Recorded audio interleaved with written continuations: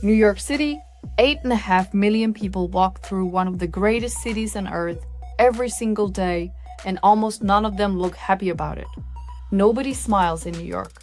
Most people blame rudeness or stress or some kind of citywide misery, but the real explanation runs deeper than any of that, and it might permanently change the way you think about friendliness itself. Let's get into it. If you've ever set foot in Manhattan, you already know exactly how this plays out. You're walking down the sidewalk, you lock eyes with a stranger, you offer a smile, and they stare back at you like you just asked for their social security number. The reaction isn't subtle either. Flash a grin at someone in Midtown, and the thing it triggers isn't warmth, it's a single internal question: what does this person want from me? Selling something? Running a scam? Or simply a tourist who hasn't figured out the rules yet? A casual smile from a stranger in New York doesn't register as friendly, it registers as naive, transactional, or just off. And that reaction sits at the opposite end of the spectrum from the rest of America. Over in the Midwest, smiling and waving at complete strangers counts as baseline behavior, not unusual behavior.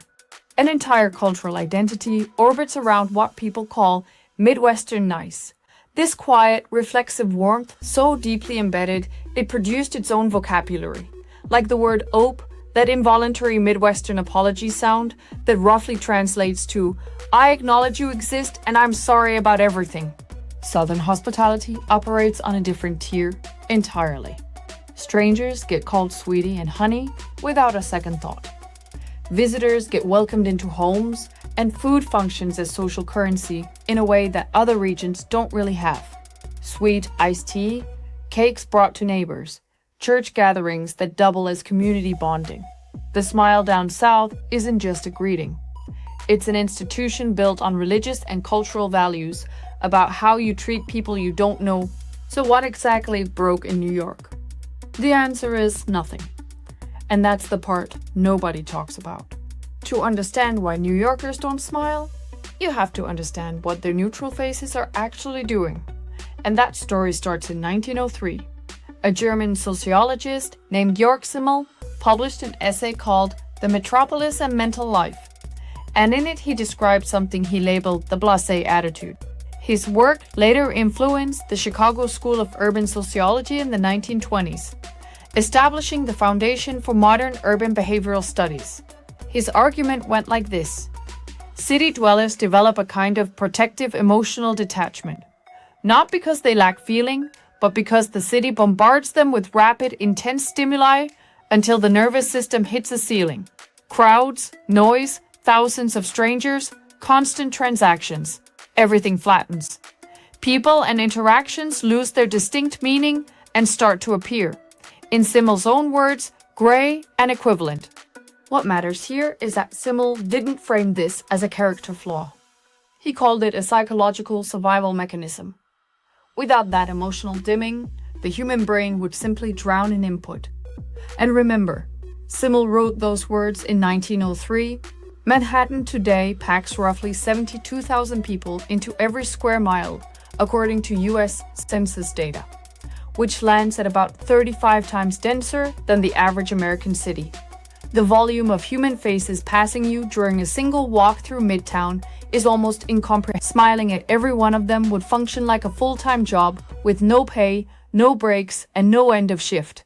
About 50 years after Simmel laid that groundwork, a Canadian-American sociologist named Irving Goffman identified a specific social ritual, playing out millions of times a day in every major city on the planet. He gave it a name: civil inattention. The mechanics work like this. When you walk toward a stranger in public, a brief moment arrives. Goffman clocked it at roughly 8 feet away, where you glance at them just enough to register their presence, and then immediately look away. Goffman described that withdrawal as a kind of dimming of lights. That tiny glance communicates a full paragraph without a single word. I see you, I recognize your humanity. I mean no harm, and I will not intrude on your space. None of that reads as rudeness. Civil inattention stands as one of the most elegant, unspoken social contracts humans ever developed. And in a city like New York, Where you navigate that 8-foot decision thousands of times between breakfast and dinner, the contract becomes absolutely load-bearing. Breaking it by staring, by grinning, by forcing an interaction doesn't come across as friendly. It feels like a violation. And this is where the research gets genuinely strange. Back in 1971, Stanley Milgram, the same psychologist behind the famous obedience experiments, set up a study at a New York railway station. His students photographed commuters, returned a week later, and showed them the photos. 89% recognized at least one person. On average, each commuter identified 4 faces they saw on a regular basis. But here's where it turns: they had only ever actually spoken to 1.5 of them. Milgram coined the term familiar strangers for these people, calling them an imperceptible community. Individuals who notice each other, who register when someone goes missing from the platform, who might even imagine pieces of each other's lives, but who never once exchange a word. The paradox Milgram uncovered was that commuters proved more willing to strike up conversation with a complete stranger than with someone they'd ridden the same train with for years. Because with the familiar stranger, breaking the silence felt like crossing a line that both parties had silently agreed to respect. When Berkeley replicated Milgram's study in 2004, the recognition rate still landed at nearly 78%, with an average of just over 3 familiar strangers per person. Decades had passed, and the pattern held, so the what is established. Density demands emotional efficiency, and New Yorkers comply. The deeper question still remains, though. Does that make a rare New York smile mean more than a constant one somewhere else?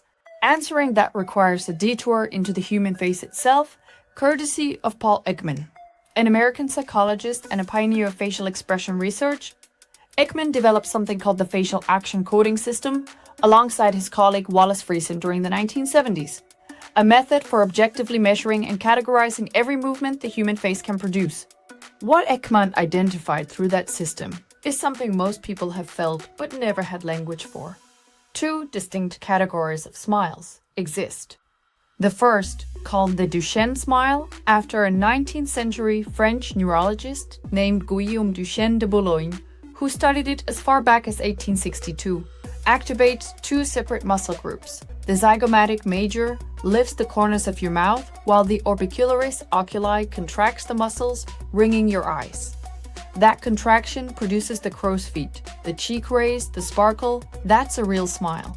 The second type, the non-Duchenne smile, only fires the mouth muscles, no eye involvement at all. That's the smile you produce when someone tells a joke that doesn't land, when you greet a coworker you can't stand, when you're being polite and nothing more. Ekman's research revealed that people can reliably tell the difference between these 2 smiles. Human beings arrive wired to detect the genuine article. And one of the stranger findings showed that people who have experienced social rejection actually become better at this detection, turning into what you might call smile detectives, scanning every face for real warmth as a survival skill. Now connect those pieces. Across the Midwest and the South, smiling functions as a social expectation, the default setting, which means a large share of those smiles inevitably land in non-Duchenne territory, socially performative, polite, but not driven by actual emotion. That doesn't strip them of value. A Purdue University study from 2012 found that even receiving a non-genuine smile from a stranger increases feelings of social connection. Performative friendliness carries real psychological benefits. New York operates on a completely different frequency, though. The default there is neutral. No social pressure to smile exists. Nobody expects it. Nobody performs it. Which means when a smile does break through on a crowded MTA subway car or a busy sidewalk, the odds tilt heavily toward it being a Duchenne smile, spontaneous and real, triggered because something actually moved that person. Think of it as a signal-to-noise ratio. In a culture saturated with smiles, each individual one carries less informational weight. Just another piece of background noise. Inside New York's neutral face environment, a smile becomes a high-signal event that cuts through everything around it. It lands differently because it costs something to produce, A 2016 study published in the Journal of Nonverbal Behavior took this even further. Lead researcher Kuba Kreis examined how different cultures judge smiling individuals and found results that contradict what most of us assume. In certain cultures, smiling people were judged as less intelligent. In societies with high corruption indicators, smiling individuals were perceived as less honest. The blanket assumption that a smile always equals warmth turned out to be culturally constructed, not universal.